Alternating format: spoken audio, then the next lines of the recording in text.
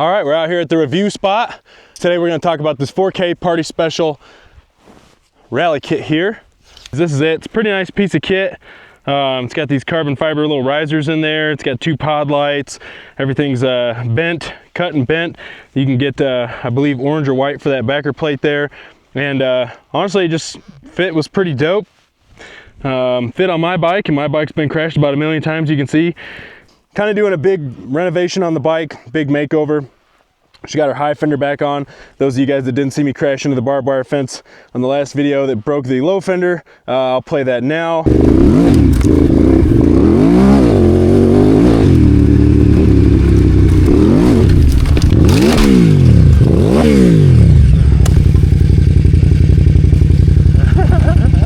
Also, another change, I took off my turn signals that I had from Rottweiler turn signals, and I put these flush mount turn signals on. Those are really cool.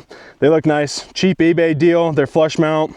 Basically just trying to get the bike as light as possible. So with this Rally Tower setup, I lost like 7 pounds through this install. You know, I had the 12 LED light bar there, plus the relay and the wiring. I had some rock lights under here with the relays and wirings for those, and extra switches, and I got rid of the horn. I don't ever use it. I'm never on the pavement anyway.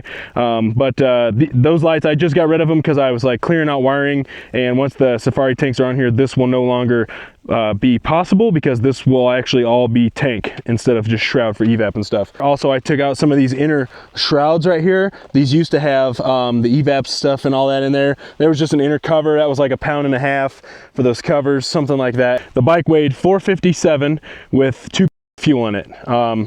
Anyways, so, but I think this is like 2.5 pounds lighter than the factory setup, something like that. Also, it looks really cool. It makes the bike look a lot more modern. You got a low beam and a high beam. I did run into an issue when I wired the bike. It was throwing an immobilizer code and a fuel injector code, and the only difference that I could tell was the way that this is wired. The Euro bikes have a different light switch than ours. I think they have off, low, and high beam, where the US bikes only have low and high, and they were running this low beam off of the daytime running light, and I'm not sure if the amp draw was just too much for the DRL circuit, or what that was throwing it, making it throw a fit. So all I did was I wired this into the low beam instead of the daytime running light, and I wired that into the high beam power. And then the only issue I had there was when I would turn on the high beam, I would lose the low beam. So I put a diode in between the high beam and the low beam, and I made a jumper in there, so when the low beam's on, only the low beam gets power. When the high beam's on, power can flow back to the low beam circuit as well. So I have not ridden too much at night. I did a short night ride a couple weeks ago, and it didn't get fully dark enough. I didn't want to stay out too late because I had my tinted goggles, and it was just getting a little sketchy. I didn't have any clear safety glasses like I typically have. I was just in a big hurry to ride, so I went out, and they seem like the light output's pretty good. They're definitely not as bright as my 12 LED light bar plus my Cyclops LED light upgrade. That's just not really fair. Like the 12 LED light bar alone was, you know, more LEDs and more amperage than this, so that's not really a fair comparison. But otherwise, the fit and finish was really good. Really happy with the install. It is kind of pricey, but it came in pretty quick. I'm in the States, in Nevada, and this came from, I believe, Italy, and it got here, I think it was 3 weeks through customs and everything, so not too bad. All the parts were there. I wish the instructions were a little bit better because they're translated, but if you're half-assed mechanically inclined, you'll figure it out, and I'm only half-assed, and I figured it out. So this is the front side of it. This is how the dash looks. You can reuse your 12-volt outlet if you like, but they do supply this USB power with a voltmeter. So let's see if you guys can read that. Oh, I gotta turn the key on. That would help, right? Yeah, you can see that on the camera. But yeah, you can see I'm at 13.4 volts. I think it reads about 0.3 volts high, but 13.1. Yeah, it reads a few volts high, but whatever, no big deal. Close enough. It'll tell me if the battery's dead ass or not. I'd say the install probably took me, really should have only taken about 2 hours, but I did a bunch of other stuff. I removed the light bar, I removed the rock lights I had, swapped out my old turn signals, which needed a power wire because they had the white light underneath and everything. Kept the resistors from my old LED turn signal kit so that these actually flash how they're supposed to. Yep, like so. And then I also have the Rottweiler tail tidy. You can see it right there, but that's been on there for 1 million years, so we're not going to review that. But yeah, probably took me about 2 hours minus all the auxiliary stuff that I did, and then troubleshooting the immobilizer issue probably took me a good 3 or 4 hours. It took me a minute to figure out what was going on. I've just plugged in the old factory housing headlight, and it fired right up, and I'm like, well, how can that be causing a fuel injection error and a immobilizer issue? But somehow it did. So, you know, KTMs are KTMs. So there's that. Install's done. That's kind of about as much as I'm going to review on it. I think it was about $1,100, and then like another $60 at customs US to get it here. So almost $1,200 for that upgrade, but really makes the bike look a lot more modern. I'm really digging the looks of it. And I guess I'll show you maybe from the cockpit a little bit what it looks like. And the headlights are all adjustable still. I haven't really got them all adjusted perfect, but don't mind the dusty old phone. But here's kind of what it looks like from in the dash.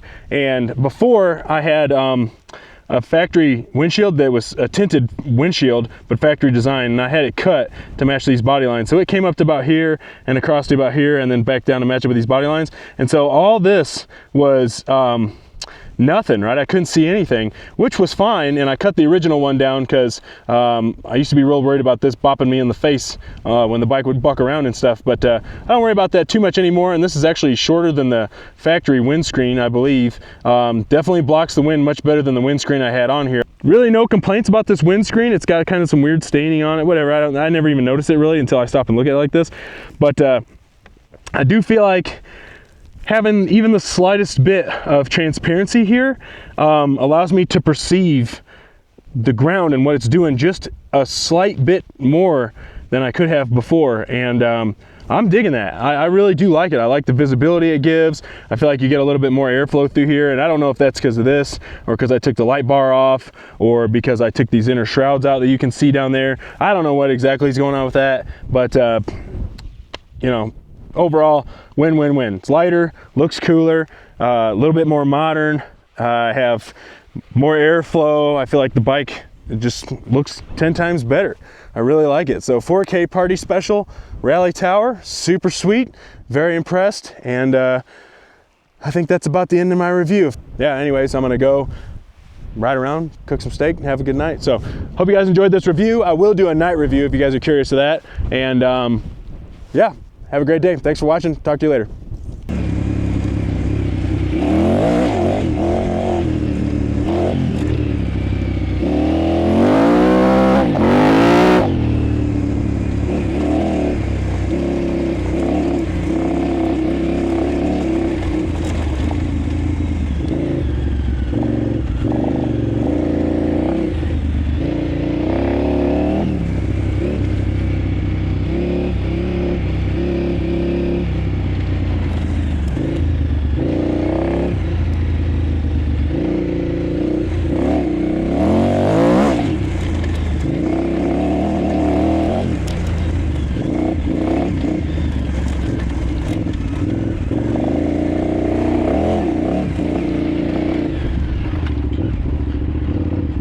Can't see shit going into that sun.